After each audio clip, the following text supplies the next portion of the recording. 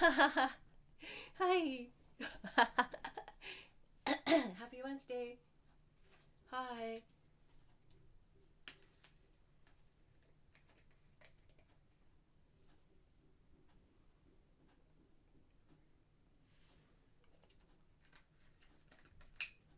Hi. Welcome back.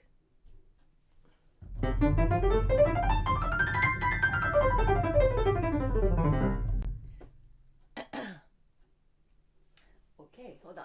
Just a second. Just 1 second, everybody. How are you? Okay, let's see.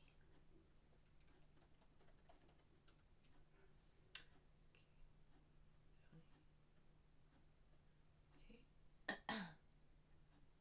How are you? How's everybody? Good? Hopefully you're all good. Just a second. Just 1 second, everybody.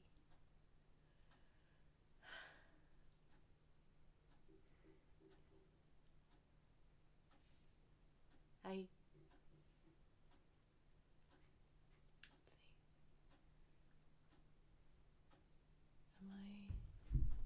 Am I? Hi. Hi. Hello. Hi. Hold on just a second. Oh, it's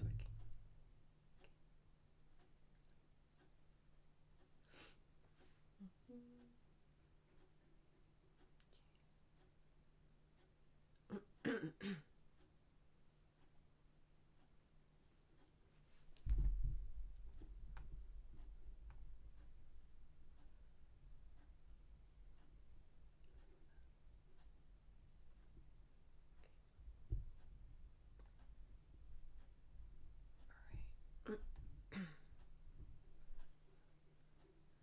Okay.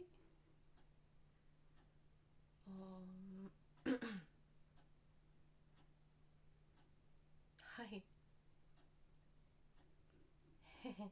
We're back. We're back. We're back, everybody. We're back. Okay.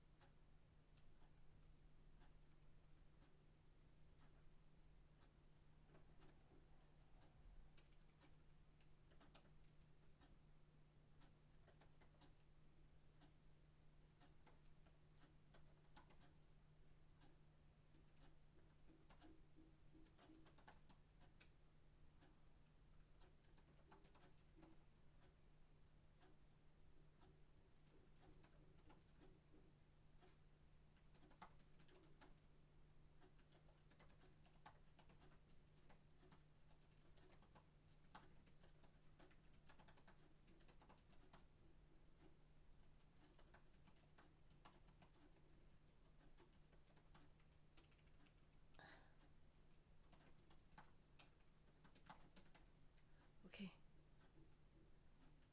All right.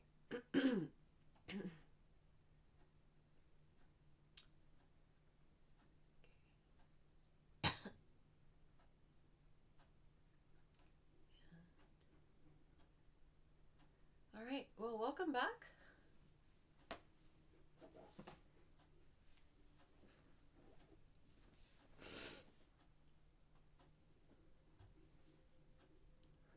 Welcome back.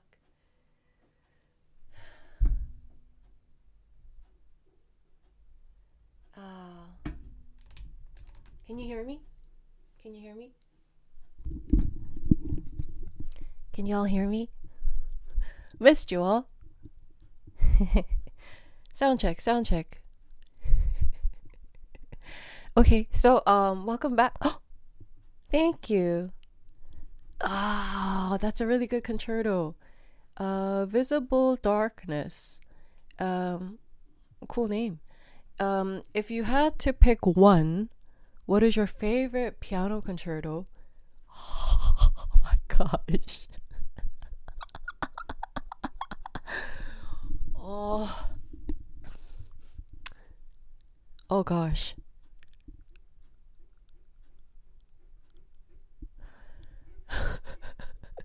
Like of all time? Um, do you have one? I, um, gosh, I love so many pieces and so many composers. I can't answer that. Do you have one?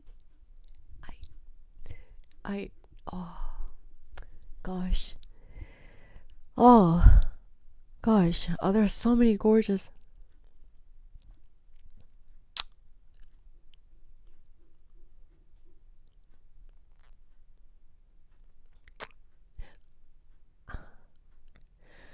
I don't know about favorite,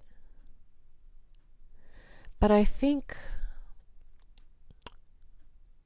I it's not my favorite, but I think one of the I think I have an opinion of you know, even amongst like composers or pieces or concertos or things like that. Um, I think I have an idea of well written, well structured, well proportioned um, compositions. I think for sure Rock 2 is one of them.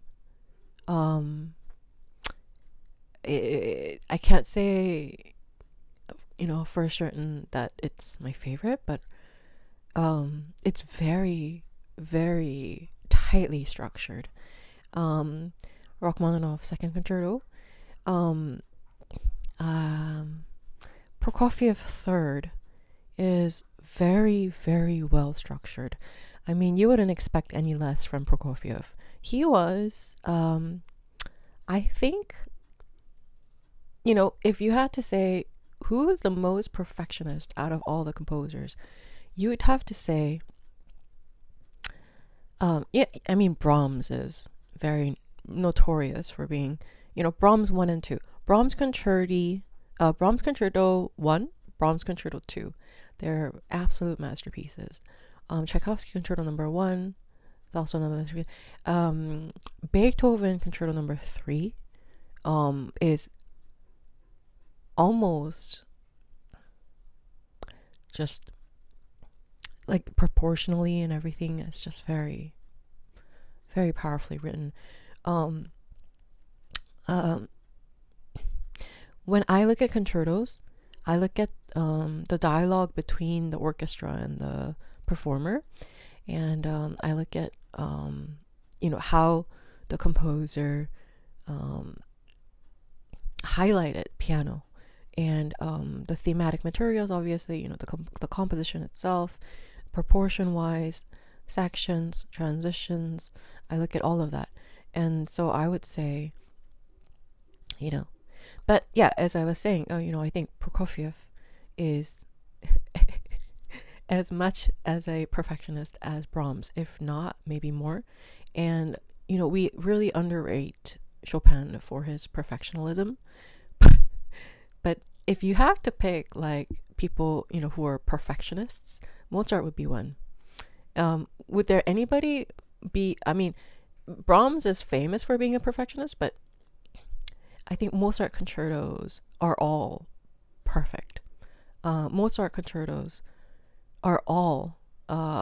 There's no like, you know, he wrote he wrote a lot of concertos, but there isn't a single Mozart concerto that isn't perfect. Um, you know how some composers write, you know, really well and then kind of like but then like really well and then kind of Mozart doesn't have that. So yeah, my favorite concerto, any Mozart concerto,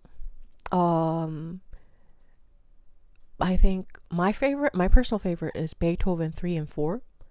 um, out of Beethoven's. Chopin 1 is an absolute gorgeous piece, especially for the piano. That one really highlights the piano, and I love it for that. Rachmaninoff 2 is probably one of the most perfect concertos to be written. It has absolutely everything. Um, um, I think Rock 3 is another one of my favorites. But it's not as, it's not, it's more of what Rachmaninoff wanted to do. And it's not like standard. In terms of compositional, he does a lot in Rock 3. He got very ambitious. Proc 2 is very gorgeous. Prokofiev 2, Prokofiev 3, Bartok wrote very absolutely fun pieces. Yeah, Brahms 1 and 2, absolutely. Tchaikovsky 1, gorgeous. I don't know. Talking about concertos make me want to practice them, but I think that's where I'll start today. Thank you so much. Welcome back. I played 2 concerts just this weekend, Saturday, Monday, and then I had another event on Tuesday yesterday. I loved it. It wasn't like an official event, but I consider it very important.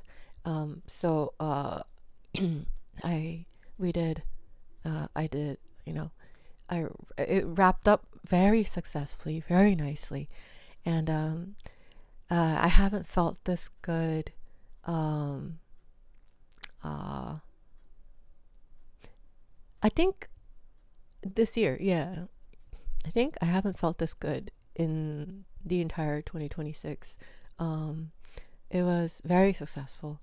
And I'm very happy.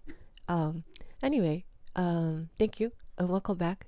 And yeah, I'm gonna practice. Tomorrow is request day. Thank you, and thank you. Oh gosh, would you play through the first movement of Hummel B minor? Hummel's B minor, please. Oh, of course, sure. I will try. Hey, Darth Vader. Hey, Sanchez, hug. You got popcorn? How about me? By the way, I said hi to my sister for you. And I said hi to my mom for you too, and my dad. So they all know about you, Sanchez. But how about my popcorn? Moszkowski control is all perfect. Every movement is sublime. I adore it. Oh, okay. Well, we'll check that out too. We'll check that out. Very nice, very nice. Thank you so much. Thank you so much. Yeah. Okay. So all of them. Yes, basically all of them. Yeah. Moszkowski, huh? Yeah. Beethoven was perfectionist too. Oh, absolutely, yes. Schumann is also amazing. Amazing. I mean, I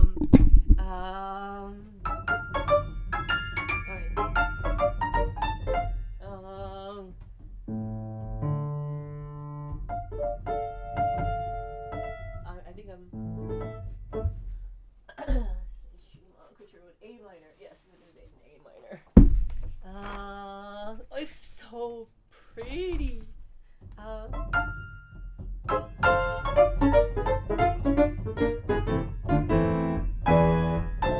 here.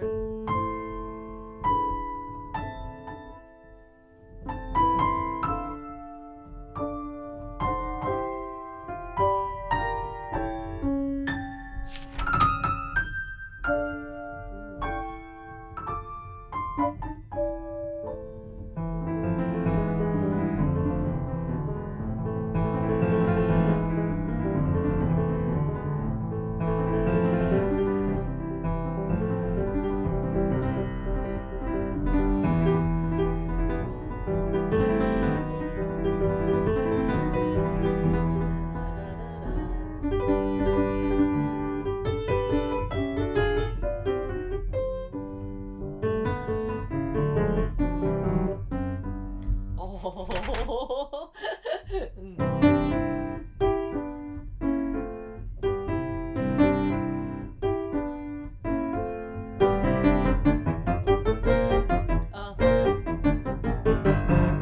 then and then you have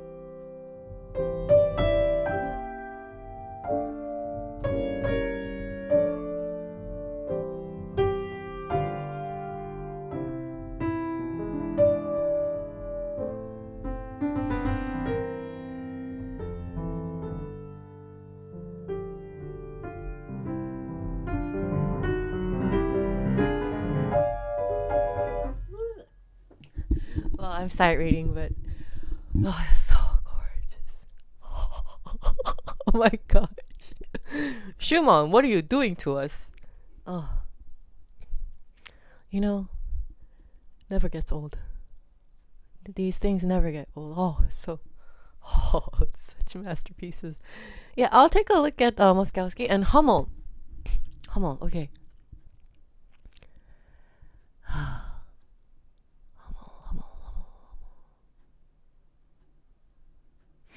Ooh.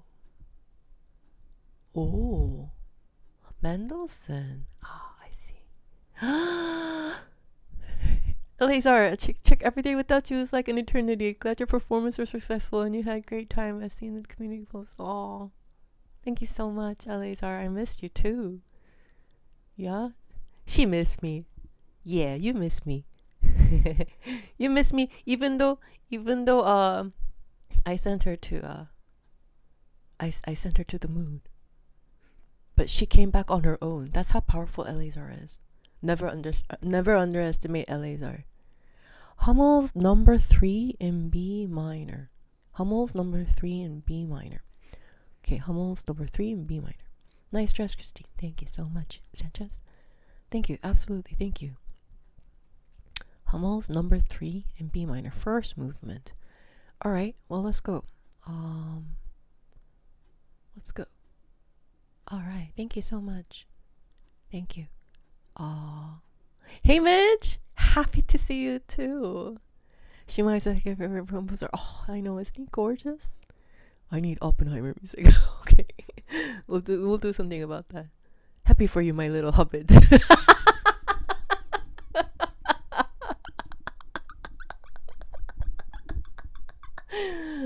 Eleazar, she loves me. Yeah, I could feel your love. Hobbitses. she dropped the hobbitses. Eleazar dropped the you dropped the plural, huh? From the hobbitses to just hobbit. I love it. I love it. I love the straightforwardness. I'll take it. Hobbitses or not, I'm Eleazar's favorite. So yeah, she loves me. She loves me so much she calls me hobbitses. Okay. Well, welcome back. And we'll go to Hummel 3. I'll try Hummel 3. I'll try Hummel 3. What was the other one that you wanted me to try? Moszkowski's? Oh, Moszkowski. Okay, let's go. Let's do this. Oh, hey, RCA, you call me an elf? That's great. I have elf ears, by the way. They point up. They're tiny ears, and they point up. So, yeah. It's actually kind of a secret. Most people's ears, yeah.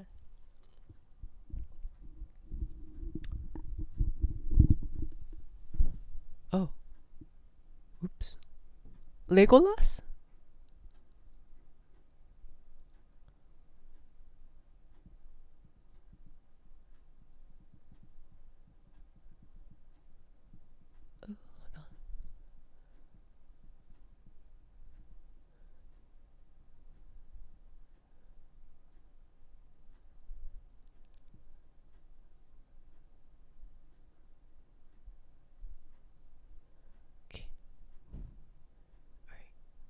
Okay, well, let's go. Wait, Moszkowski, Hummel, Moszkowski, Hummel, Moszkowski. I am not gonna forget it. You can't make me forget it. Moszkowski, Hummel, Moszkowski. Okay, let's do this. Moszkowski, Moszkowski.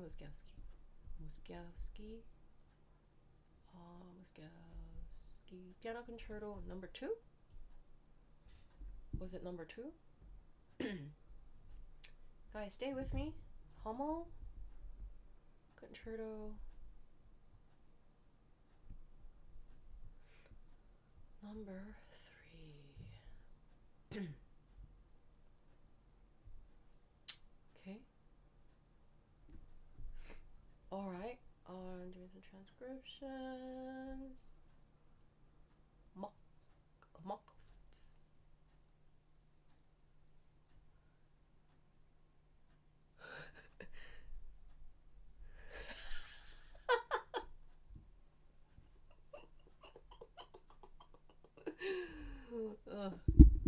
So I'm officially Hobbitses.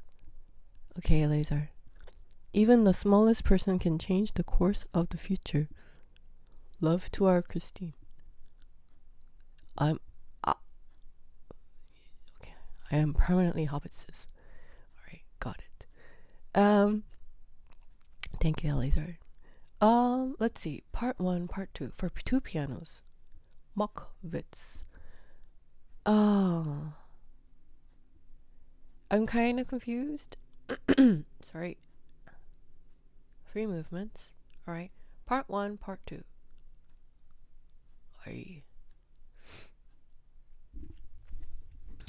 It's saying Part 1, Part 2, and then there's like a rondo. Rondo will probably be Part 3, right? I'm assuming. Usually rondos are last movements. Kind of how. Okay.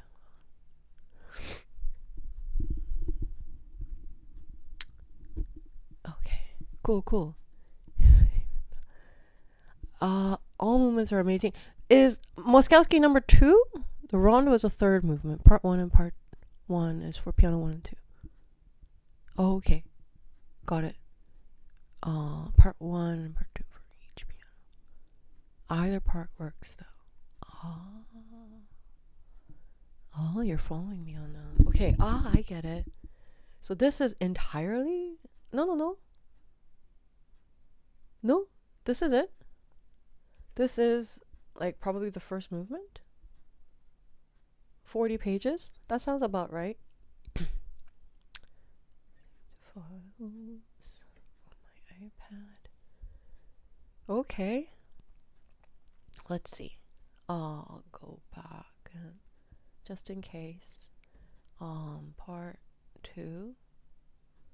Just in case. I want to just have it. Annoying me break my heart. Me? Moszkowski is top 2. Okay, great. Me?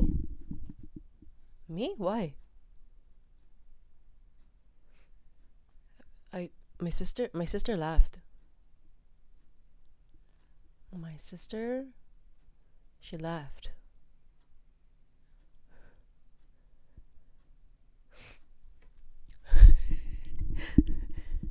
When I mentioned you, I said, Santa says hi, by the way. She said, ha ha ha. Tell him I said hi too. That's what she said. But how come? Sanchez, be nice. Okay, 86 pages. 86 pages, Moszkowski number 2. Alright, well, here goes. Why not? I already have Moszkowski Concerto number 2? Why? Oh. Oh, was it requested once? Okay. Oh, it doesn't end. It doesn't end, guys. This part 2 of the files. Okay, got it. like a continuation. Let me see if I see a third movement in here. Double thirds. Okay, let's see. Tutti. That's not me. I'm not tutti. Okay. Oh, let's see. No, no, no. Oh, it is the ending. It's the end of the actual piece. Great. So I have the complete Hummel's open and download files. Hummel concerto. Okay, I will try my sight reading. I don't know this piece actually. What's the tempo? Allegro moderato. Okay. Hi. Hey. Hi, how are you? Hi, Aaron. Long time no see. My sister speaks Korean? She speaks English too. No, Christine's sister. How come you're crying? Sanchez, don't cry. Don't cry. Okay. Alright, we're gonna read Moszkowski, and Hummel. Should start with something in lower registry. Okay, great. Alright, and let me know if it's like lagging or glitching or anything like that, okay? Thank you. Hello everyone. Hi, like, subscribe to your membership. Hi. Okay. Oh,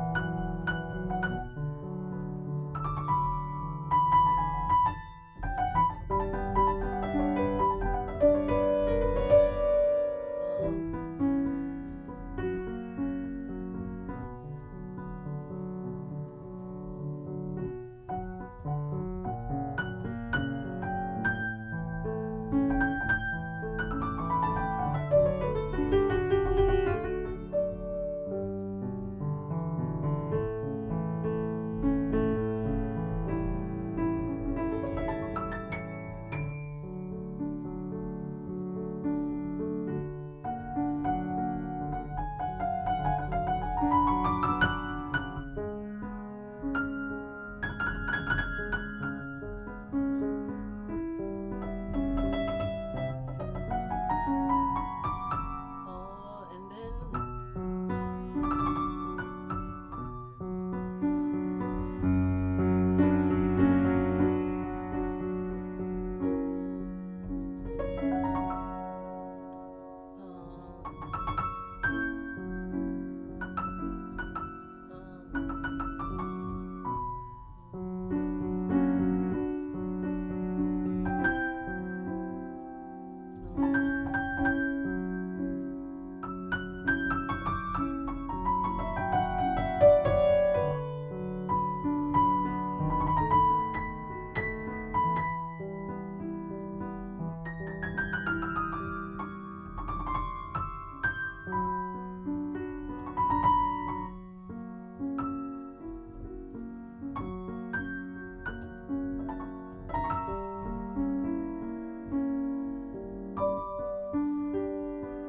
it's very soloistic. Oh, kind of reminds me of Chopin.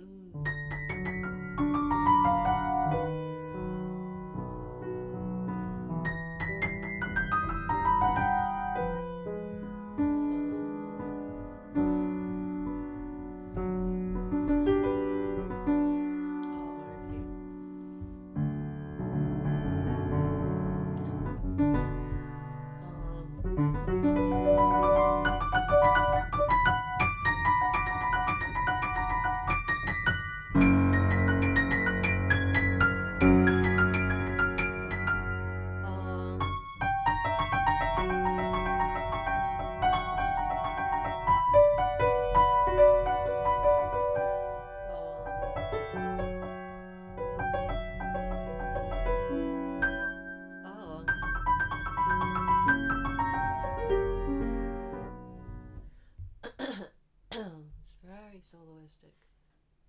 Um, this reminds me a lot of Chopin.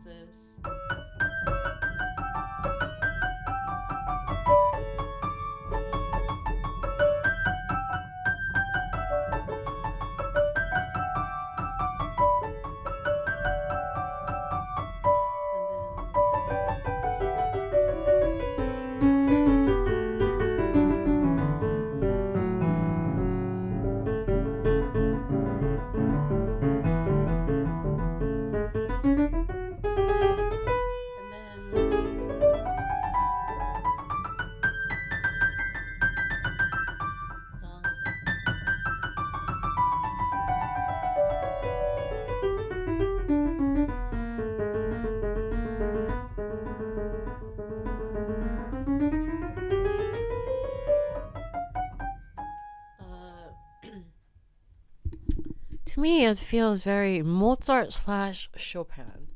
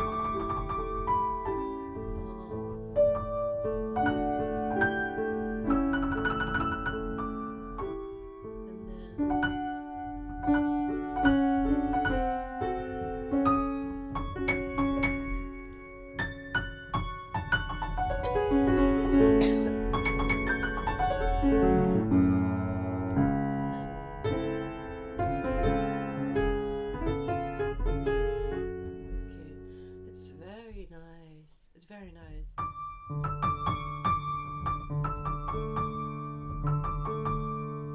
Oh, sorry.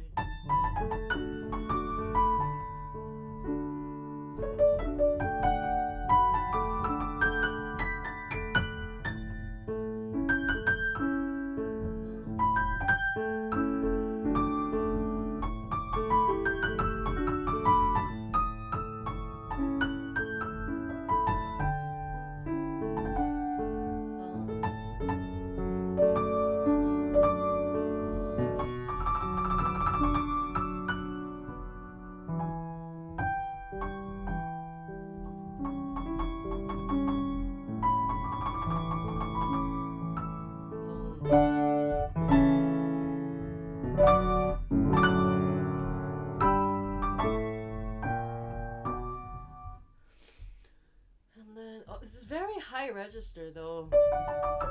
Is it because the piano recently got enlarged or?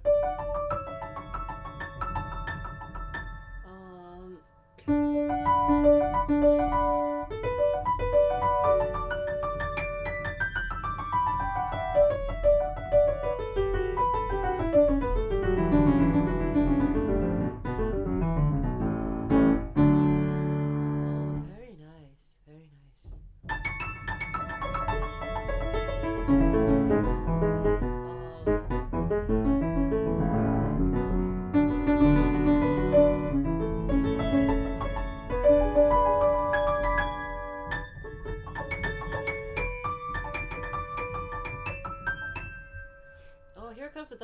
this? No.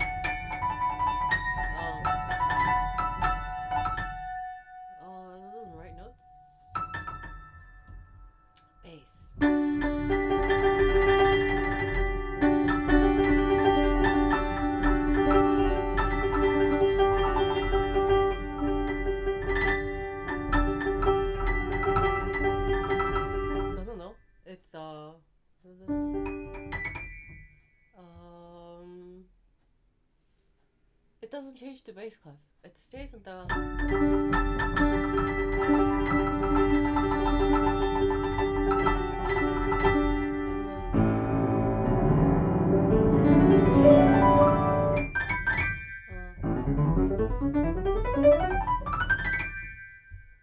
I think that's the ending of. No, it's not.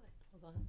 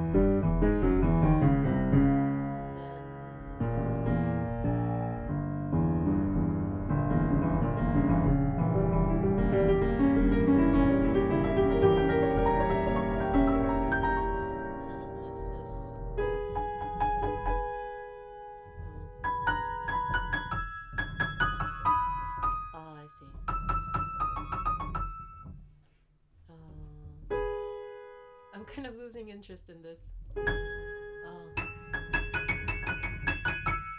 no, no.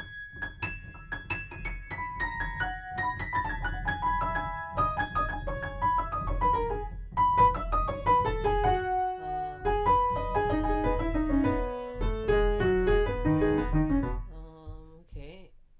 Do I have to go on? It's very long. 19 pages.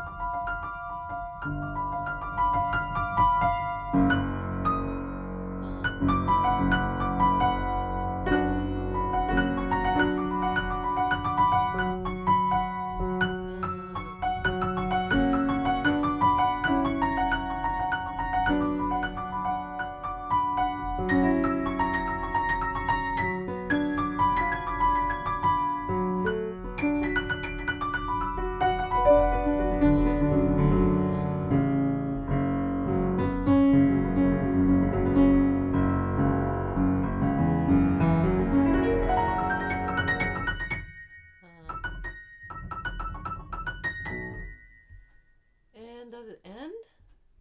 When does it end? Is it just? Is a thorough composed? It's kind of a. Huh. Ah, that's where it ends. And then larghetto. Then the larghetto is at.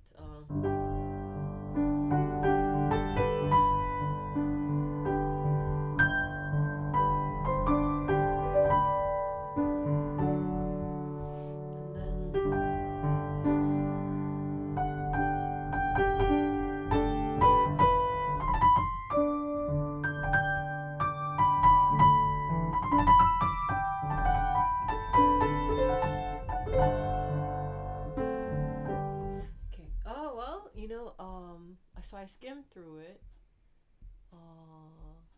Everything else is kind of a repeat. There's a lot of processes. Okay, well, let's see.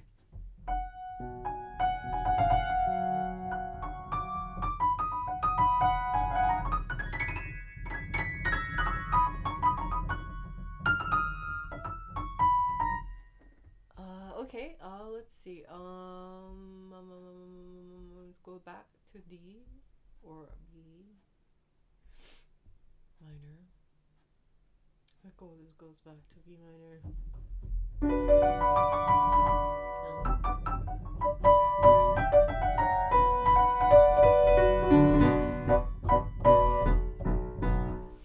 Okay, and then it goes into G major.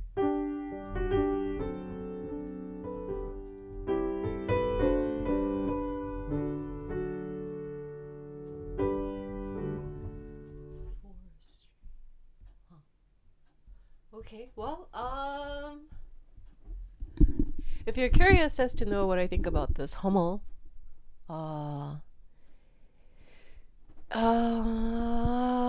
this composition was historically written when, to be honest, concerto kind of evolved. There's an evolution process of the concerto, and it used to be like a little bit of like a chamber thing, and then hey Nicole, hey, what's up? Right, what's it? Give me the what's up? For Moszkowski, they're the most fun. Oh, cool.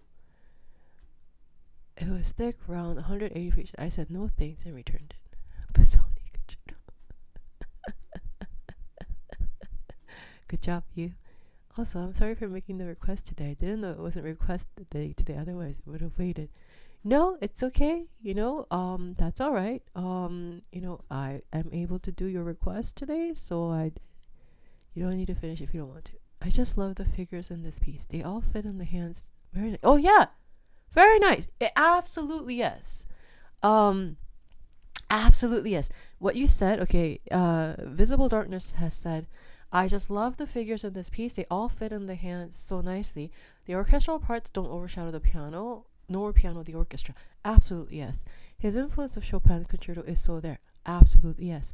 Now, once again, historically speaking, hey Shishi, how are you? My pleasure. He's one of those composers never sees performed. Okay, for sure it deserves to be played. Oh, I didn't hear Hummel for ages. Yes. Didn't hear Hummel for ages. Thanks to whoever suggested. And the lady in pink for sight reading. You mean the Hobbit in pink? All right.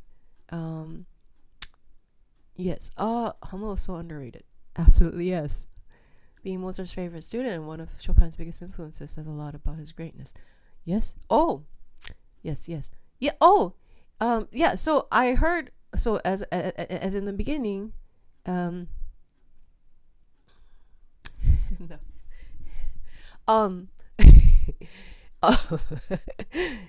Yeah. So in the beginning, I've said, this is very Chopinesque, and it's very influenced by Mozart. Now, you have to remember, this Hummel is actually the predecessor. Oh, by the way, I love the Liszt concerto, and I'd have to say, my favorite recording is obviously Martha Argerich does justice to Ravel concerto and Liszt concerto. Absolutely. Van Cliburn's Tchaikovsky cannot be beaten. His historic recording, it's just perfection. Anyway, yeah, so Hummel actually is a predecessor to much of Liszt. I consider Hummel predecessor to Liszt because he's a virtuoso. A little bit more on the showier side than Mozart. Mozart's composition, you could almost count the notes because every note has a meaning. But Hummel, on the other hand, was purely for the piano, and his passage works, they fit very nicely, absolutely. And the balance for the orchestra and the piano is they're very like, you go, I go, you go, I go. It's kind of, it takes turns like that, and I love it. Absolutely love it. This deserve Hummel pieces and Hummel in general and Hummel concerto deserves spotlight. Absolutely, yes. Am I gonna learn this piece? I don't think so, because I have a ton of pieces to learn. Maybe when I'm done learning all the pieces that's on my waiting list, yeah, I will go ahead and explore more Hummel. Absolutely, yes. He's yeah, but overall, concerto, the format of the concerto have changed, evolved since Bach's time, right? I mean, Bach concertos, aren't they wonderful? But his instrumentation, obviously his instrumentation and all that stuff was very different from what we know of, Rock 3, right? Rachmaninoff 3 versus Bach. Very, very different story. And so as the instrument evolved, composers, what they like to do was they like to explore and showcase. In most cases, this is very historic. In most cases, piano companies sponsored pianists. I mean, I've been sponsored by the Bosendorfer dealer in France. Same Bosendorfer dealer that sponsored Sviatoslav Richter. I saw his picture, while I was practicing in the dealership. I saw his picture, his signature, and he used the Bosendorfer pianos from the dealer.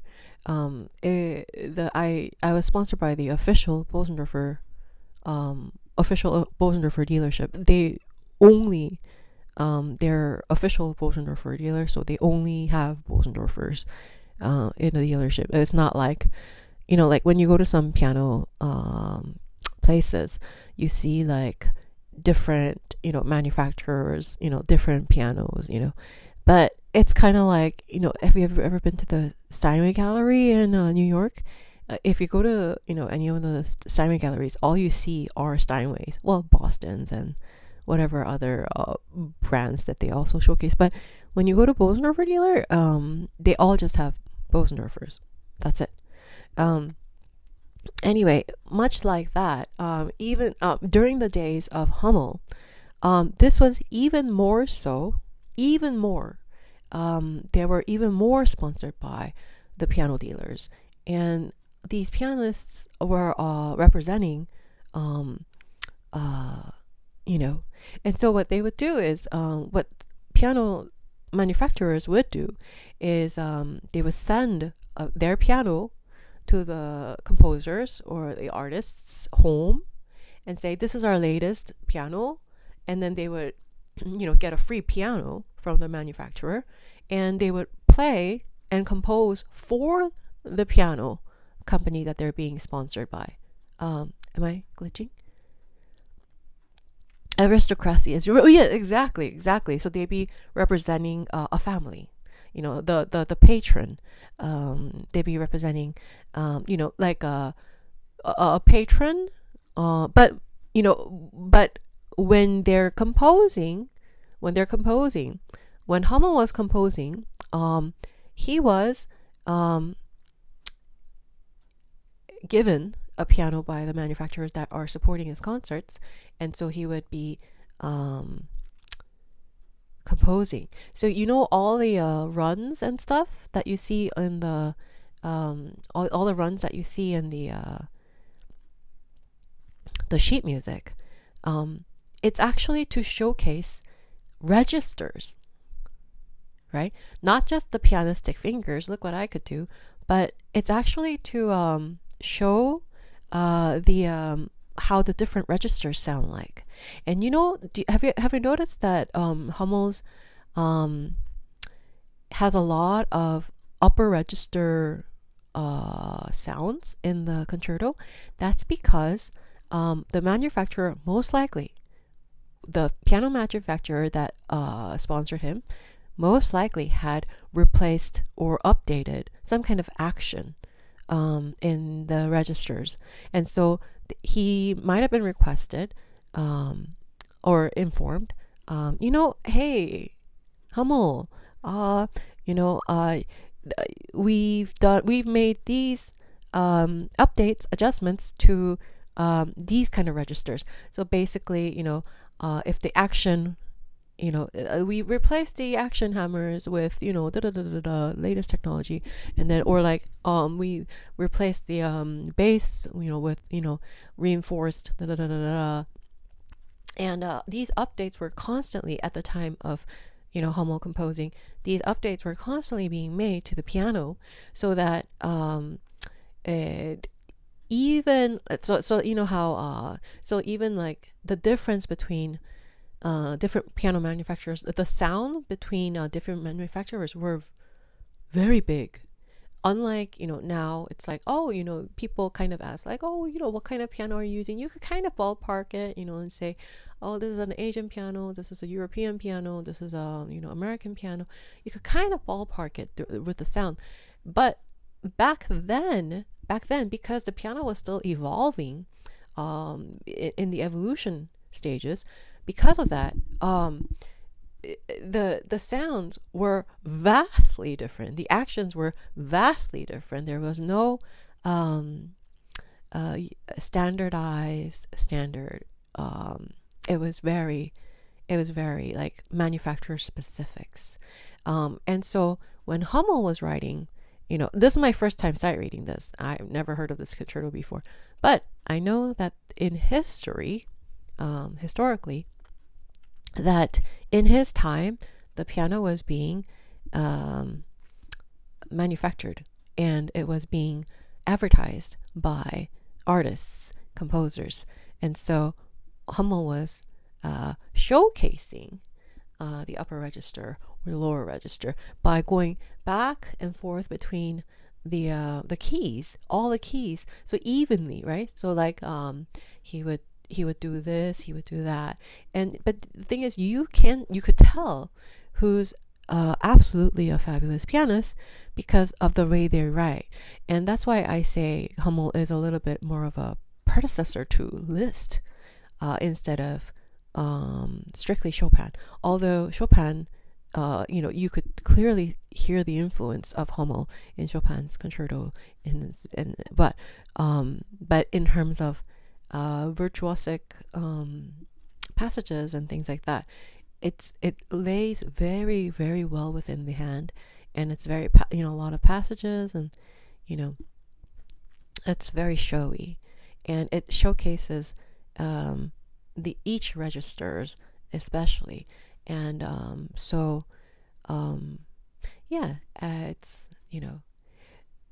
another thing is, because the piano was being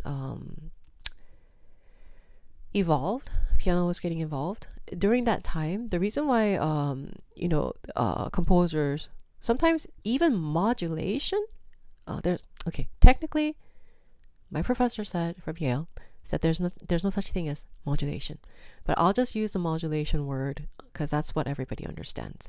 So even the modulation from one key to another, one tonal center to another, was determined by the colors of the keyboard.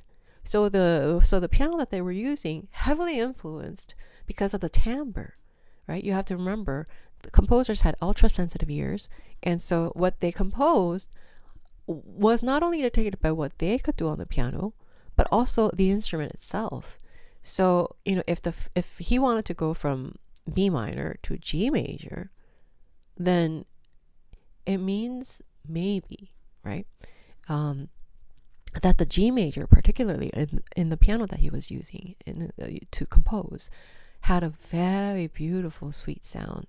So that even though in the scheme of things, so usually, first movement, second movement, third movement will have some kind of tonal relations, right? But in this case, when you go from B minor to G major, you could argue that it's a third relations, but strictly speaking, it's a little far off to be, completely close, tightly structured. So probably, most likely, in most cases, the key of G major was probably very, very warm and beautiful in his piano that he was being sponsored by. That's the most likely case. Anyway, oh, thanks for sharing. And like, subscribe, join membership. Hi, hello everyone. I mean, this went into like a mini lecture on a historic lecture on piano manufacturing and compositional styles, but it is a fact, and within today's society and things like that, these facts have long been cast aside. These are dusty facts, so we're gonna take them off the shelf. If we're looking at Hummel, right, we're gonna take them off the shelf, and then we're gonna dust it off and say, well, the piano was being developed and they were being sponsored, and the manufacturer, because they were sponsoring these concerts and the artist with free instrument, so they had some requests to finalize. So to be honest, in conclusion, I'm not criticizing Hummel's concerto, to be honest, because I know that when he writes like 4 or 5 pages of just runs, just arpeggios in different keys and things like that, and when he's executing them, most likely he wasn't like, his priority wasn't, oh, this is artistically, like this is compositionally, proportionate, disproportionate. He wasn't thinking that. He wasn't thinking that. He was more, Hummel was probably a really nice person. You could tell in his composition,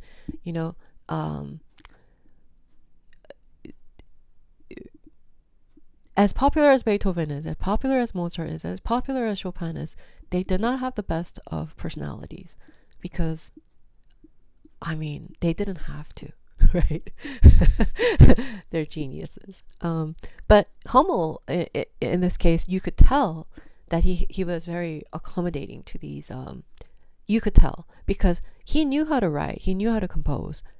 You could tell in his compositional technique, but he kind of had these tendency to do certain things, which meant that they were ordered. He was placed in order by outside force that manipulated his artistic output, and probably he was in a financial situation to fulfill all those orders, and so probably his pieces were disproportionate in that regard. So thankfully I know enough about music and piano to know not to criticize Hummel, thankfully, right? But if I was just maybe if I was an aspiring amateur, or if I didn't know any better, then I would look at Hummel concerto and be like, okay, the first half of the first movement was pretty well structured, it was good, and then it got long-winded. But because I know what I know with the entire history of piano and music and composers in general, because I know what I know, I could say, he was controlled, he was told, he was asked, by patrons, by manufacturers, by people who had the money to control him, that he was controlled by, to please the patron, to please the manufacturer, to please him or her or him, and this and that, and so he made this for that purpose, to please everybody, right? So he was in a position to have to please everybody. So probably that's just what happened. But in terms of solid musicianship and solid high musicianship and high skill level, Hummel, I could tell Hummel is top notch, and that's what I could say about his concerto. It's a lengthy explanation, but I think it's necessary to go over. Anyway, hi, like, subscribe, join membership. Hi. And a different frequency tuning, absolutely, yes, yeah, because equal temperament and yeah, it really affects, right? And longer time ago, how our strings are like steel and stuff like that, right? But longer time ago, the strings material wise were different materials, once upon a time, right?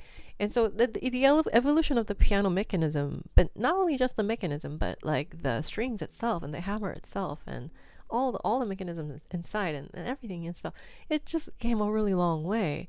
It evolved very fast, especially during uh, Hummel's days. The evolution process was everybody was competing. All the manufacturers were competing, and so they were saying, "Well, we have this, we have that, and we're doing this and we're doing that," because at that time we didn't have TV. This was it. This was their movie. This was their TV. This was their prime, the most trendiest, popular. This was it. So yeah, so there was a huge competition. There's huge demands, and this was once the most popular in vogue thing, and that was what Hummel was in the middle of while he was writing this. So thanks for requesting it. I know it's not a request day, but I knew this was gonna happen. I knew I was gonna encounter something worth mentioning. So I did sight read it. Thank you. All right, great. Like, subscribe, join membership. Thank you. This is the Piano Nerds channel. The Pink Hobbit says yes. Thank you for it. Oh, absolutely yes. Visible darkness. Thank you so much. Glad to go over all of this. Yes, thank you so much. And beautiful selection. Yes, I'm very happy that you learned it and that you appreciate it. Very nice. Very good. Okay, and then let's go to Moszkowski.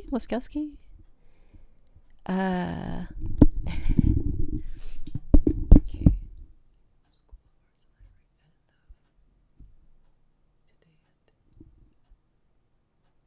Fine arts lobby. Let me see. Okay. Let's see. Did I miss any? Very interesting lecture. Thank you. Moszkowski time. Yes. Yes, absolutely yes.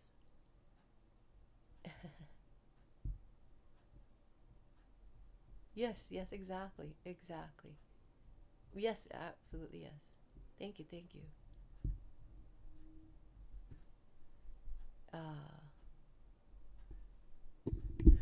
No modulation for Ray would disagree. Well, the term modulation. So modulation itself is no, but the term modulation, my professor disagreed, because you're not modulating. He said you're temporarily tonicizing. That's what he said, and that's actually a lot. I agree with him. My professor taught at Yale for a very long time. He was at Yale for a very long time. He's like a Yale native. He talked about Hindmith all the time, and Shankar and Shankarian analysis and things like that. So so I learned very high level, very high level, probably beyond doctorate level, compositional insights. Which is kind of rare for a top pianist. Most top performers don't have as much insight into the compositional background, just because, come on, time is a limited source for most of us, and we're busy. If you're busy performing, then that leaves less time for studying. but I did all of it. I studied and I performed and I practiced. So anyway, yeah, so it's not modulation, it's temporarily tonicizing. You're at a temporary tonicization point, if given a very bird's eye view. And the bird's eye view is very important. It's because at the end of it all, music seems very momentary, and it seems like you're walking through a bunch of rooms. But the bird's eye view gives you a blueprint of the maze. You know, instead of going through the maze, one room at a time, you have, because that gives you a sense of pacing, and it makes you a better leader as a performer. Anyway, yeah. And she talked about George Frederick Handel. Not quite. But Handel's wonderful, isn't he? The year's music my previous Steinway concert. Very, very vastly different. So absolutely, yes. Especially during those times. 1925, 1932. Wow, those are very old pianos. Historic, right? Listen and learn. Thanks, Gigi. Is this why Ravel put low notes that are not available on most brands? Absolutely, yes. There are some notes like that. Interesting, I didn't know that. Oh, great.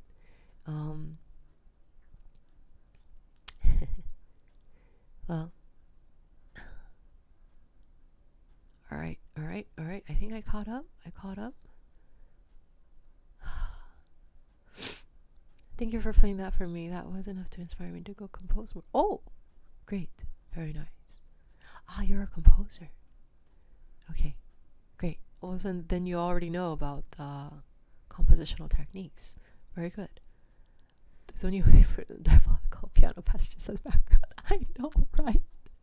Bezonia was craziness. Crazy good. Tell us, what is the difference between tonicization and modulation? Modulation of what is tonicization? I've never had lessons. These classical compositions are really what I enjoy. Oh, I see. my professors? Well, take it to my professor. I agree with him because I studied with him. At some point, I said, modulate. Yeah, well, it's a term, but once. Okay. Well, let's see.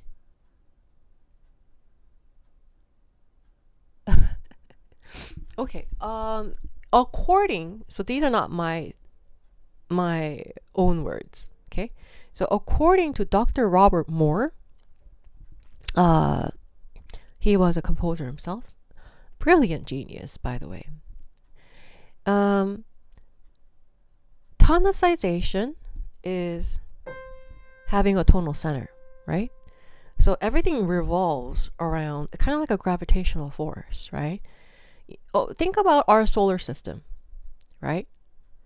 We have a solar system with the sun in the center and everybody revolves around it, right? Is that understandable? Let me know.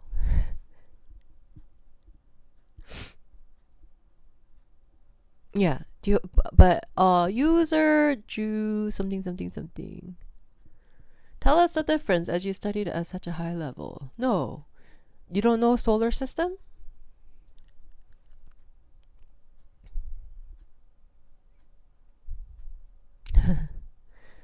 It has to do with physics. There is a clear distinction. Oh, well, if you disagree, then you're free to disagree, I guess. But I'd say it'd be better to agree with somebody who knows music better than you. Um, I'm pretty sure Dr. Robert Moore knew more music than any of us combined.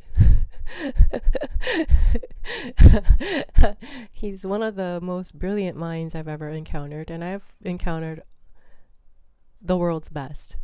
And I refer to his teachings very often. So if you feel like you're better than Dr. Robert Moore, then please keep your opinion to yourself. Thank you.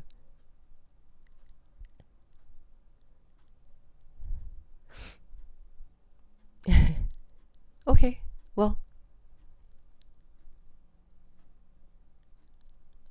you're wrong. Okay, well, then, yeah, you're wrong. Dr. Robert Moore believed, much like the solar system, Dr. Robert Moore believed that tonicization, right? It was like a gravity pull. There was a gravitational center. So if it were in C major, all of the notes in C major, he believed, was revolving around C major. All the notes. C, D, E, F, G, A, B, C. He believed that in C major, all the notes inside C major revolved around C. Like a solar center. That's the principle of tonicization. Tonic being the center. So then when you move from, say, for example, Mozart, then you're going and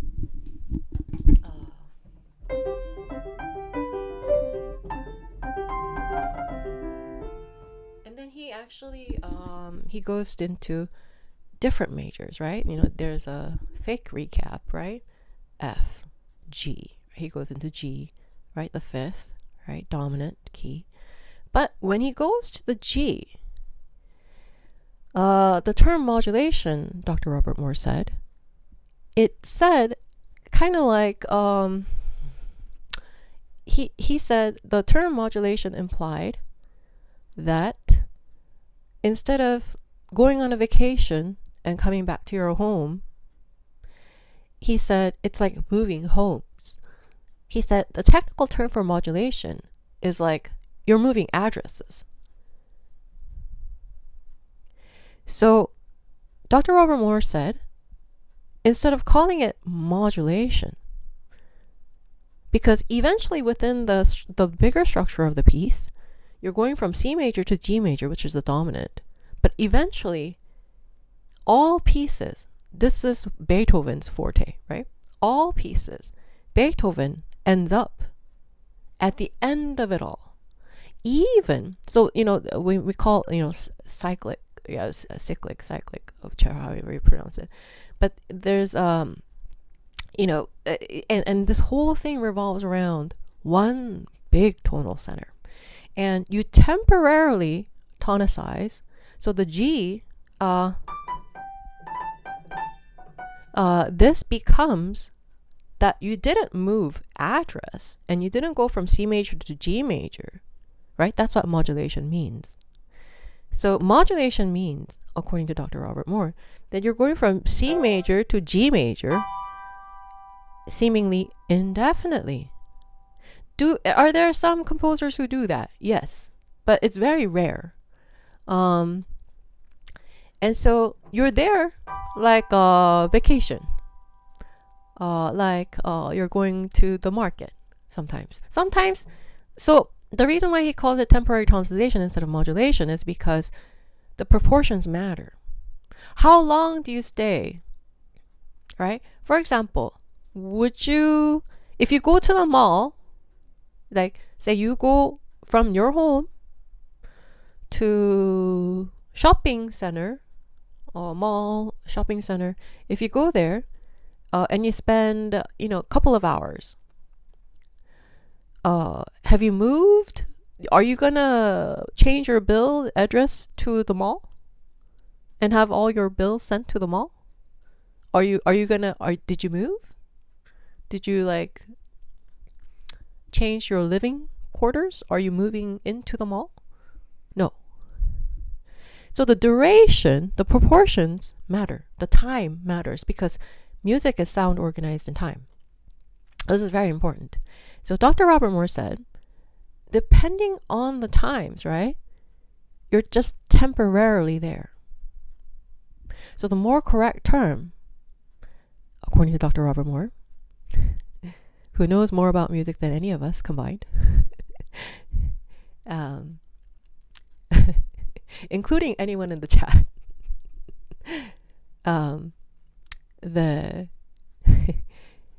you're there temporarily, and then you come home. So you're temporarily there, and then you come home. So he said the term temporary tonicization is the most appropriate, the most correct, accurate term instead of modulation. Modulation implies that you've changed. You've changed. That's what it implies, that you've changed. But temporary tonicization means a little bit more technical, like that you've changed, not you, but just your location at the moment. So that's why temporary tonicization is a lot more accurate term than modulation. And I agree with Dr. Robert Moore. Thank you so much. Like, subscribe to membership. And he's and so like you know how because the in music sound is organized in time, like if you have a whole section, right, and it's a big section, right, and it's all in dominant, and then you eventually go to tonic, then that's a very significant thing, right? It's kind of like having a vacation home, and you're staying there for months instead of just a day or a week or a weekend, right? It's not like a weekend getaway, or it's not like just an outing, like a day trip, right? There's a difference between a day trip, weekend outing, a week's vacation, or a month's vacation, or half a year you're out of your home, right? So those durations of how far or how long we're away from tonic matters. Yeah. And so in order to form that hierarchy of how far are you away, how long are you away, in order to form that hierarchy, Dr. Robert Moore, who was a genius, has said it's a temporarily relocation, but we're eventually going to come back to home, because tonic equals home. And I think I'm going to turn this into a shorts. This is a very good shorts topic. Yeah, I'm glad to have met Dr. Robert Moore. I think I was just very lucky. You know, sometimes you're at the right place at the right time. You know, sometimes you just meet people like, you know, Dr. Stuart Gordon, Mr. Perry, Leon Fleischer, Miss Sunshine, Vitaly Margulis, Sergei Savansky, Mark Duran. Sometimes you're just at the right place at the right time, and you just meet people that want to share their knowledge with you. And I'm like, me? You know, like me? You know, I met John Barnett, you know, he conducted LA Phil. He was my conducting teacher.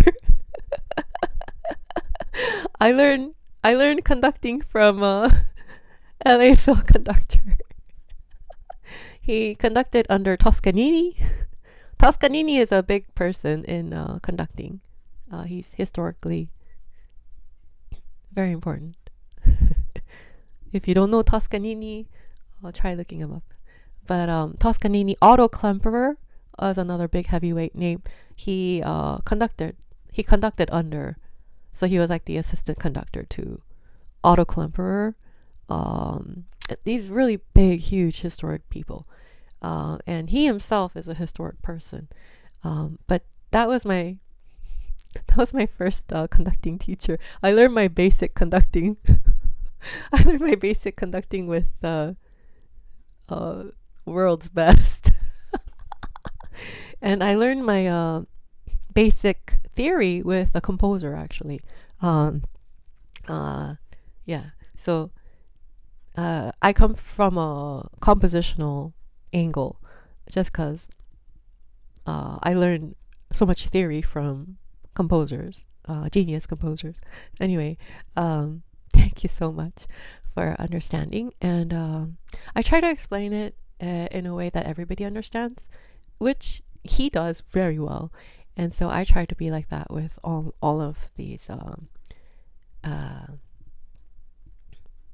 things. And anyway, thank you so much. Like, subscribe, join membership. Yeah, I studied. I started studying with the world's best. Like, I didn't have this like transitionary climbing up the ladder type of thing. I just studied with the world's best from the beginning. So like my beginning conducting teacher, right? And my theory professors, composer, and like a famous composer, and then Dr. Robert Moore, and and my piano professors are historic legends. So yeah, I just right place at the right time, I thank God. Yeah, thank you. Anyway, so I'm happy to share this with all of you. Like, subscribe, join membership. Thank you.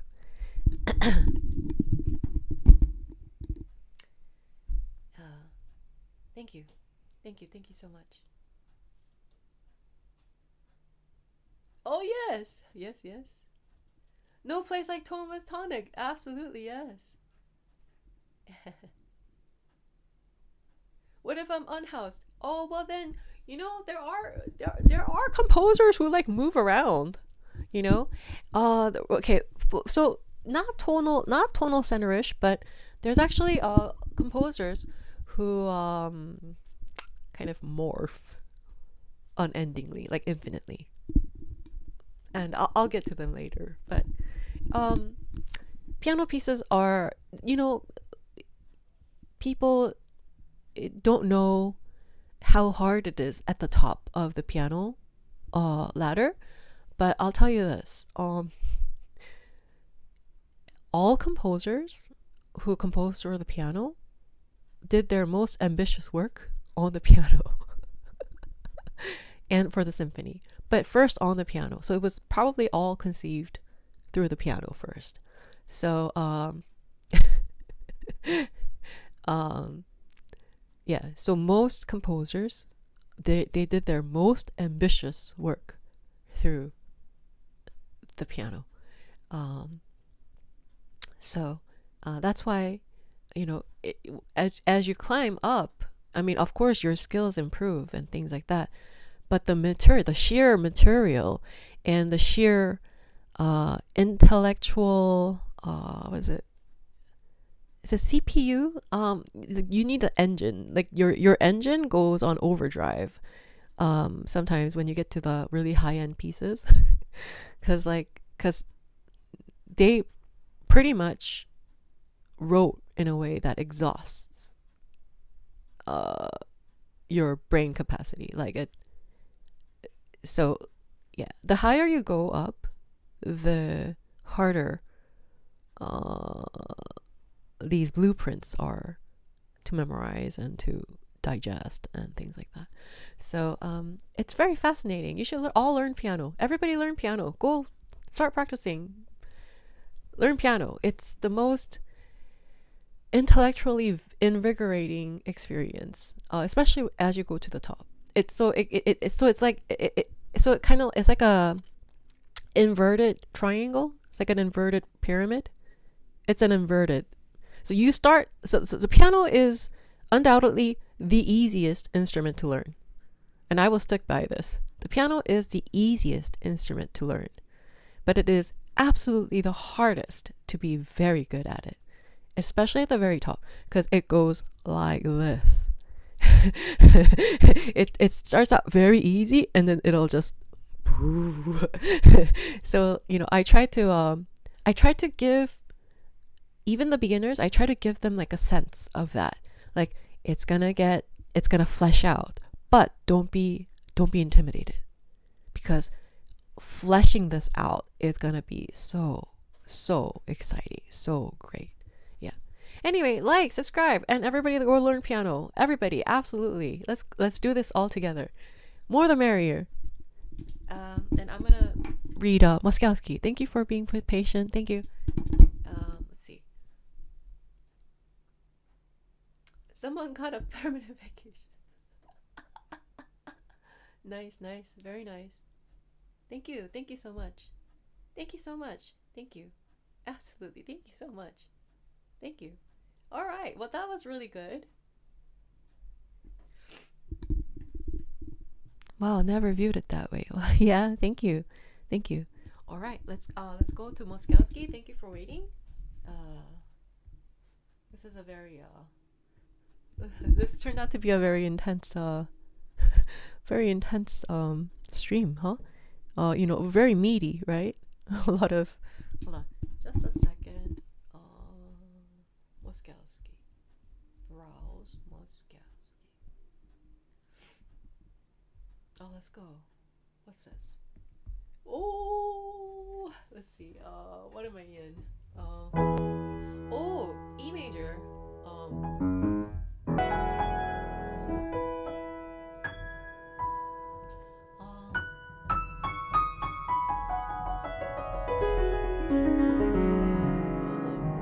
Kind of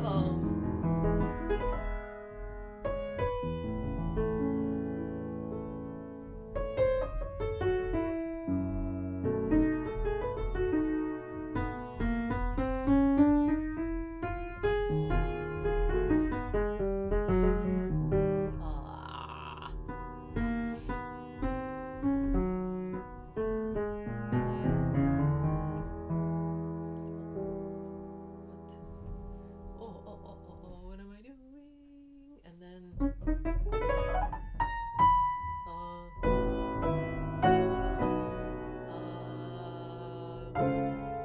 what?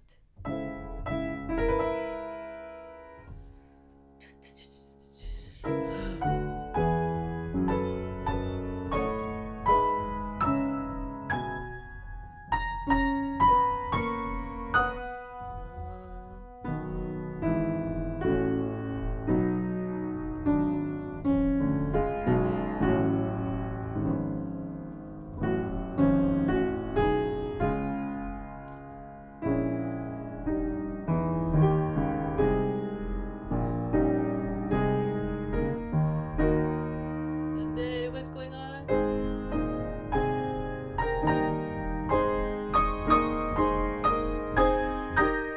And then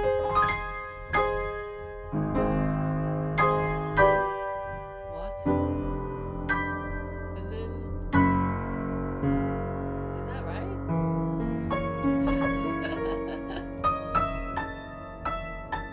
Oh, what's going on? Hold on. 4 sharps. Okay. And then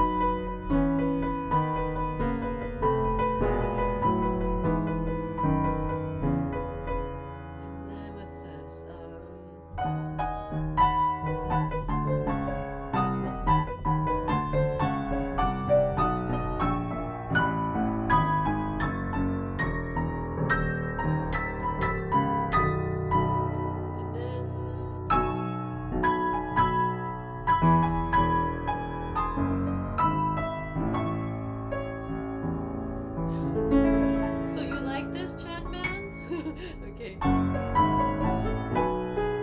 It's very dramatic. And then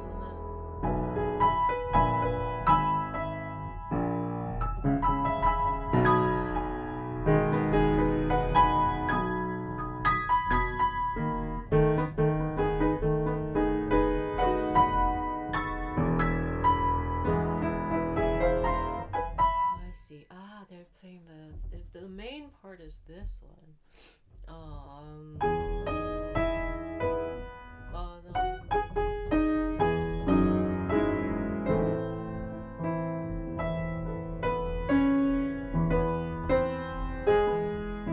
see. I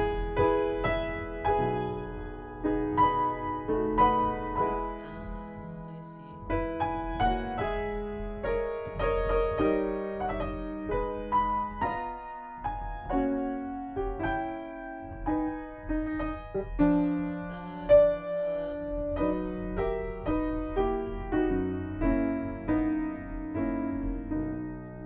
The orchestra has all the good parts. I see. So the piano is kind of embellishing on all the skeletal stuff. So he. I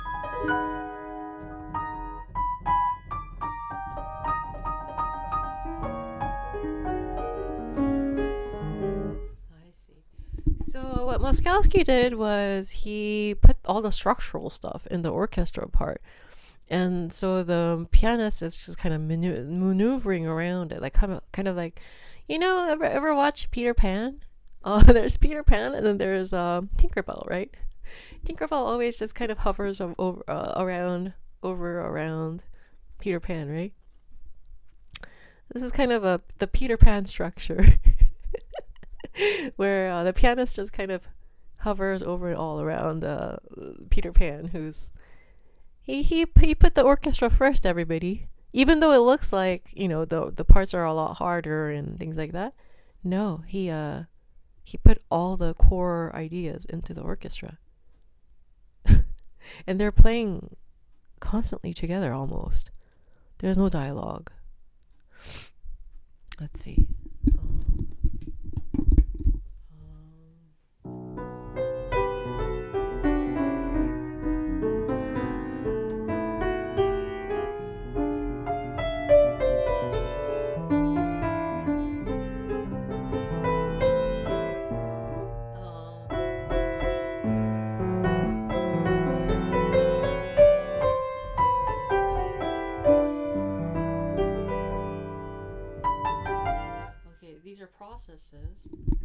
These are processes, and then cool. Let's see. I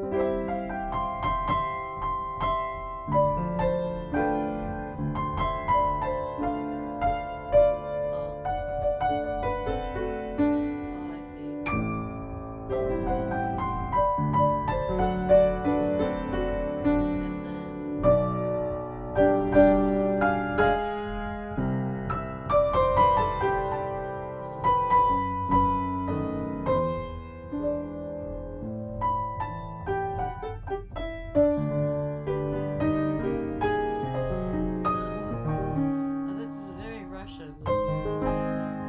This moment here,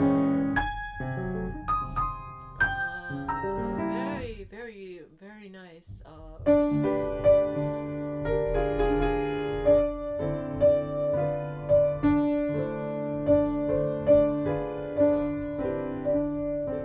Yeah, these are very Tchaikovsky-ish chord progressions.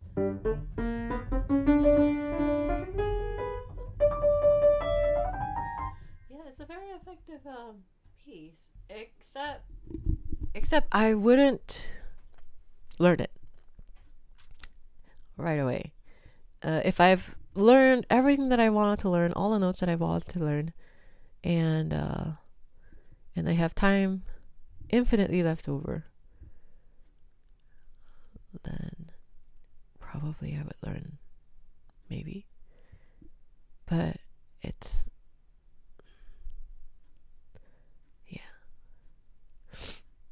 anyway, thanks for sharing your favorites. It's good to see what you are into. Very nice. Hi, have you ever played transcriptions? Oh, yeah, that's a masterpiece, isn't it? Claire de Lune? Yeah, cool. That's a good analogy. Chad Matt, do you agree? Right? Because the orchestral part is, okay, so here's the thing with concertos. Really good composers who are fluent in so for example, Hummel had a very great dialogue or interaction. Mozart, great dialogue interactions. Beethoven, great dialogue interactions. Moszkowski, I think kind of took like a singular approach instead of like a dialogue-ish. Most of the time you see both going in a parallel together, the textures, right? And so he's kind of like, the orchestra is kind of like the Peter Pan, like the anchor, the main idea, and then the pianist is kind of tinkerbelling through the piece, kind of weaving in and out and embellishing on gorgeous embellishments, by the way. Anyway, in honor of Moszkowski, let me cold turkey try to remember his etude that I know. Thank you, everyone. Hi, like, subscribe, join membership. Hi. She's like, everything is sight readable for her. There's actually a monster sight reader that I know. He was a TA when I was a student, and he was my funky skills instructor for a little bit, I think. Yeah, but his name is Kirill Gliakovsky. He could sight read orchestral scores. That's insane. That level of sight reading is like insane. Anyway, I'm not there yet, and nor do I want to be a sight reading monster like him. But thank you for believing in me. Thank you so much. I appreciate everybody here. Thank you so much, everybody. Like, subscribe, join membership. Thank you.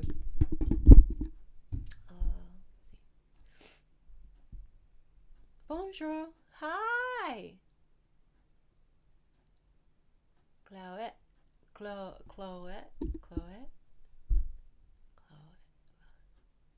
Mean in the first movement. The piano is soloistic in the second movement with a lot of great dialogue. I see. So he reserves the great dialogue for the second movement. Scherzo movement for very effective as well. Overall, it's a very effective showpiece. Yes. But my personal preference, I prefer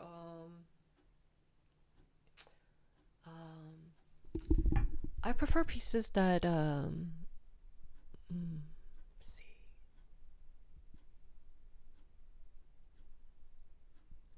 I prefer pieces that maneuver in complete balance at all times. It's actually harder to play those kind of pieces, to have a very balanced approach to composition and piano, concertos like that. Namely, Brahms 1, Brahms 2, Beethoven, Mozart, Chopin. Maybe not Chopin in terms of like, but I think Chopin made a right choice. But he did it consciously, right? So then, you get. Anyway, I like a lot more. I prefer balanced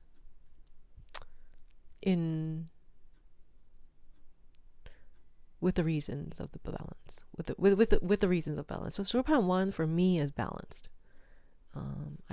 I consider it balanced. Anyway, yeah, I think I prefer more balanced things that are very well structured. I think that's what I like. Because it requires more skills to do it, and it doesn't, so it doesn't bore me.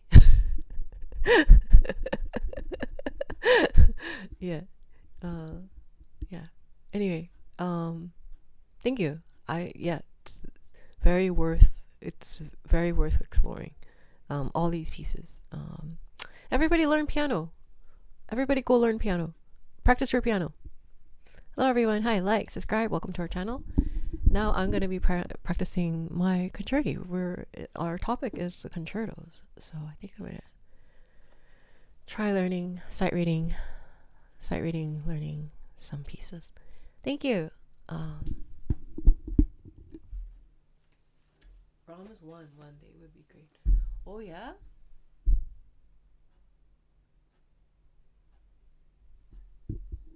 Oh yes, incredible, right? Yes. Thank you so much. Yes, thanks for, yes. Yeah, exactly. Schumann, Mendy, Brahms, exactly.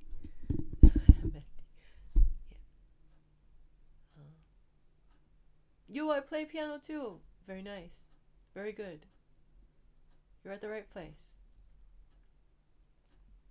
Very nice. Well, thank you. All right. Well, here goes. What should I do? Oh, concertos. 2, Brahms 1 and 2. Let's do Brahms 1 just a little bit.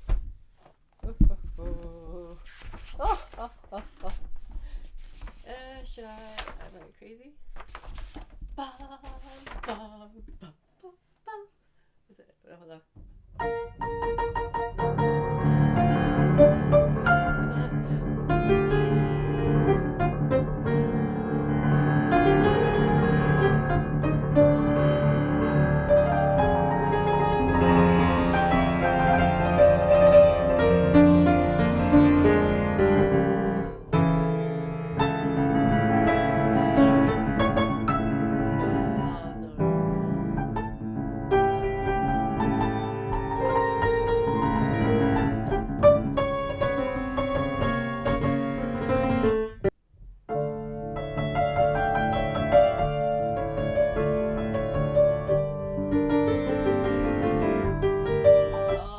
Okay, I'm sight reading Brahms 1. Hi everyone, welcome, like, subscribe, join membership, thank you.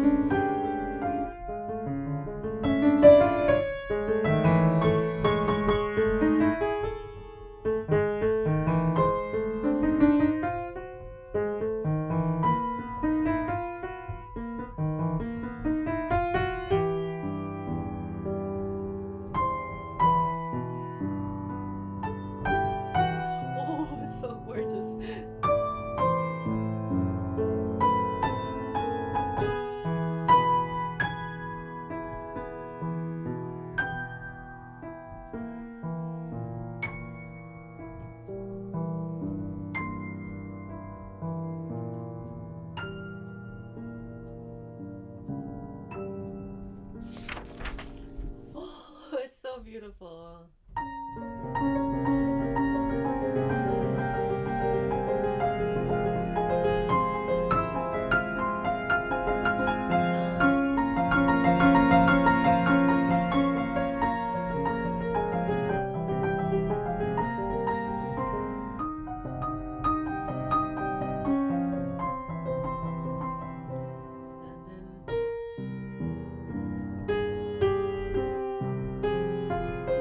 And then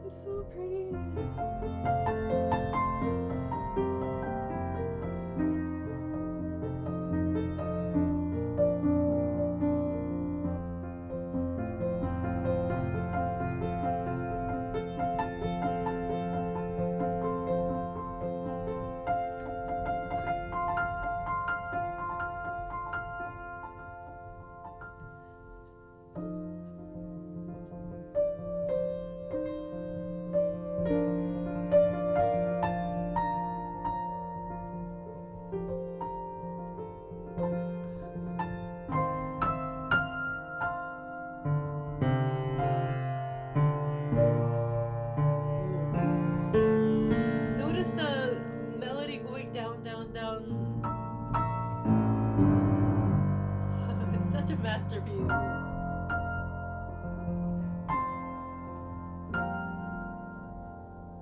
And it's a complete piece right there.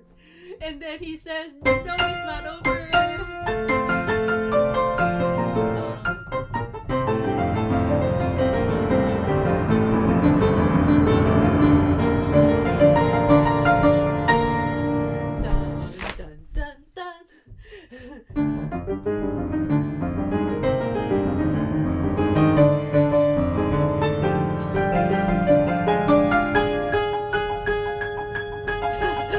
Some people cheat.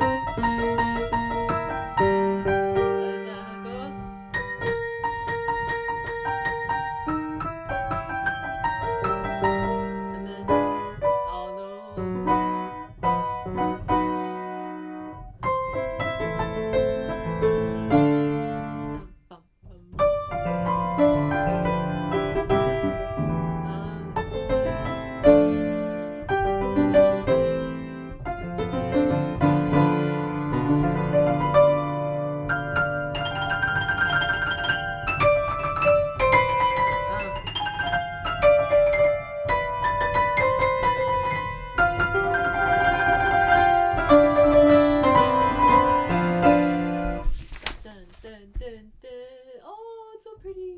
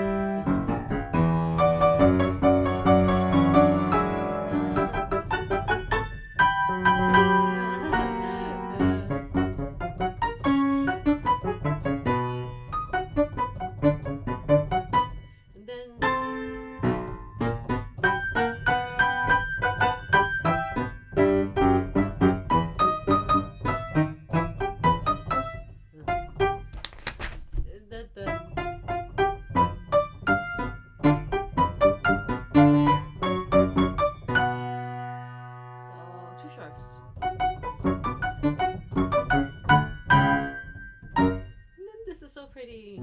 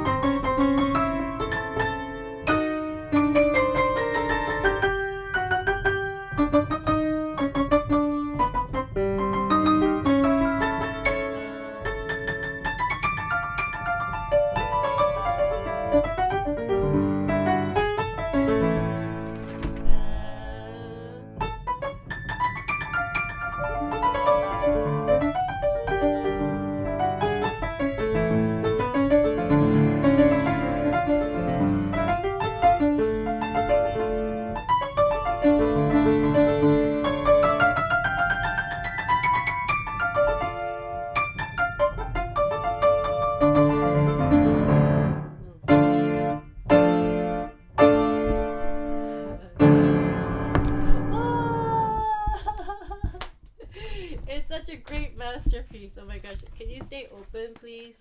I know you're a new book, but can you please stay open, please? Be nice, please. Hold on. Hold on. Just a second. Just a second. This. I can't reach it.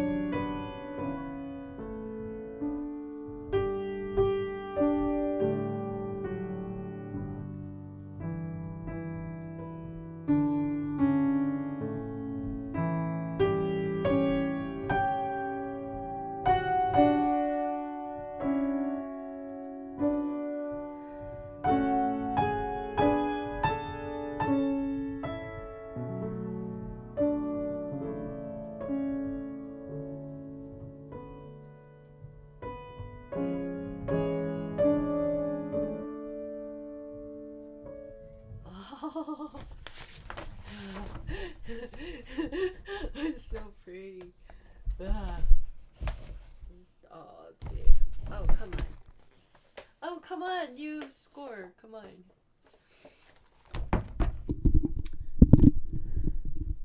This brain is doing some high processing here. You bet. Yes. Absolutely yes. My brain is actually having fun. It's actually I'm actually being stimulated right now. Most of the time I'm on dormant. Most of the time I cruise by life without using my brain. But this here is using some of my brain power here. Yeah. It's so fun. It's so beautiful. I love Brahms 1. I mean, sometimes it gets lengthy and stuff. I mean, he could have maybe truncated it, I guess, a little, for the audience sake. But in terms of art sake, it is perfection. I mean, there's always different sides of the coin, right? I mean, for the audience who doesn't know much about this piece, or is just first time listening to this, might be thinking, it's a little long. Yeah, but in terms of art, in terms of like sheer art, it's perfection. Listen to Leon Fleischer. When he plays, his hand shape is his hand shape. Yeah. And when he teaches you how to place your hands, yeah. Yeah, sound. Yeah.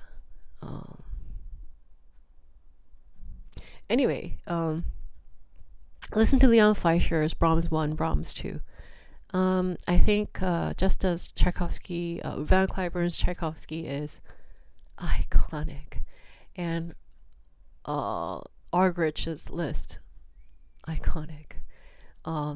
Fleischer's Brahms 1 and 2 are standard, iconic, very etched in history. Yeah. I should maybe sometimes sight read list, but oh, here we go. Oh, thank you. Pretty beautiful Christine looks. Thank you, Sanchez. I should thank you for reminding me to drink water. I did not drink water. So like, thank you. Oh, this is water, by the way. Ouch, ouch, ouch. Thank you. Everyone, water.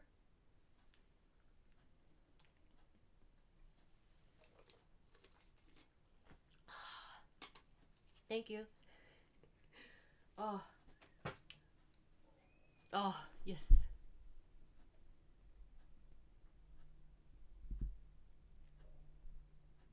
Thank you. Thank you. What a sight read. What a sight read. Brahms can be so awkward in places. You're doing more more than amazing. Yeah, thank you. Thank you, Eleazar. Thank you, Shishi. Thank you. Absolutely, thank you. Brahms 1. Thank you, thank you. Yes, yes, thank you. Sight reading Brahms. Yeah.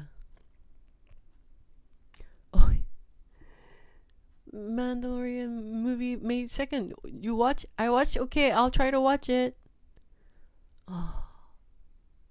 Mal, Christine are friends. Yes, we're friends. Yes, Sanchez. Thank you. Christine's sister. Oh, Christine's sister. Christine's sister. Christine's sister. How about me? Hey. Prof. Thank you. Sight read delivery. Thank you, Brahms. Thank you, Brahms. Oh, can we thank Brahms? What's my favorite song to play? Goodness. The orchestra is with you. Oh my, beautiful. Thank you. Eleazar, you're really enjoying this. Wonderful. Thank you so much. Great. Water, water. Ah, thank you, Mitch. You're welcome, Christine. Yeah, Sanchez. That's it. Yeah, very nice. To wrap things up, maybe what should I play?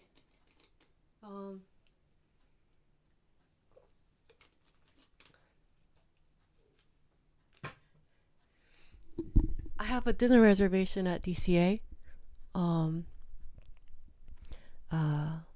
My sister's coming to pick me up. my sister. Hey Sanchez, I'll tell her you said hi. Hi from France. Thank you. Hi. Oh, Oscar, I can't read that. Gomenasai. Gomenasai. Gomene. Oh, I can't read that. Okay, well, like, subscribe, your membership. Oh gosh, so many beautiful pieces.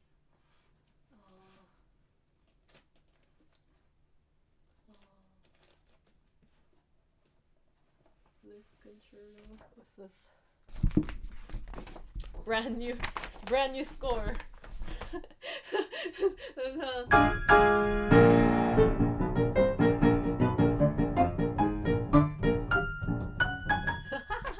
I'm gonna learn this. Yeah. Let's see.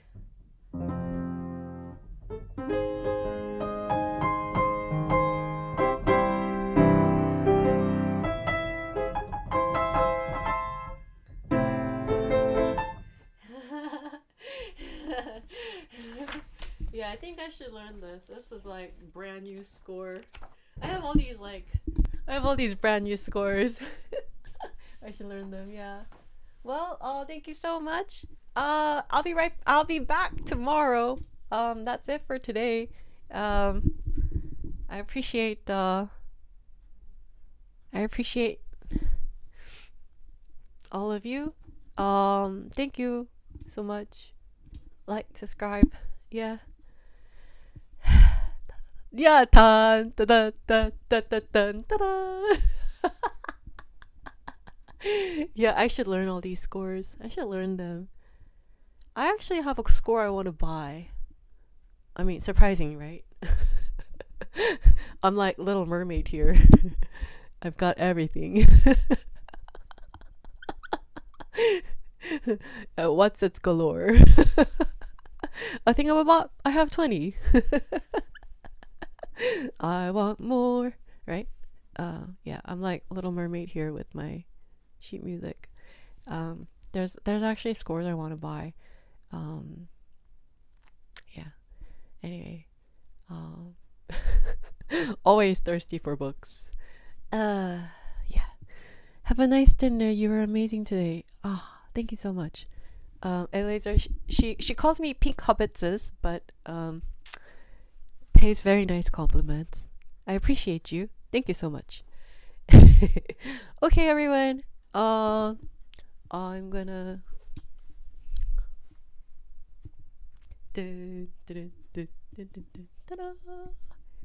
Oh, Brahms one's so gorgeous. Okay, well, I will see you tomorrow. Tomorrow we have request day. And I might continue with request day for Friday. Wait, is today? Wait, this week's Friday? Is it the last Friday of the... No, it's not. Is it? Depending. Hold on. No, next week is. Okay, we still have a little bit of May to do. You know, I had such big things happening this month that I feel like this month is over. For me, it's like May is done. But yeah, we have a ways to go. Next Friday will be mod takeover. This coming Friday, maybe we'll have another request day to make up for the Monday that we didn't have. So Thursday, Friday, 2 days, request days. Thank you. Like, subscribe. Kiki, the Postwoman theme song.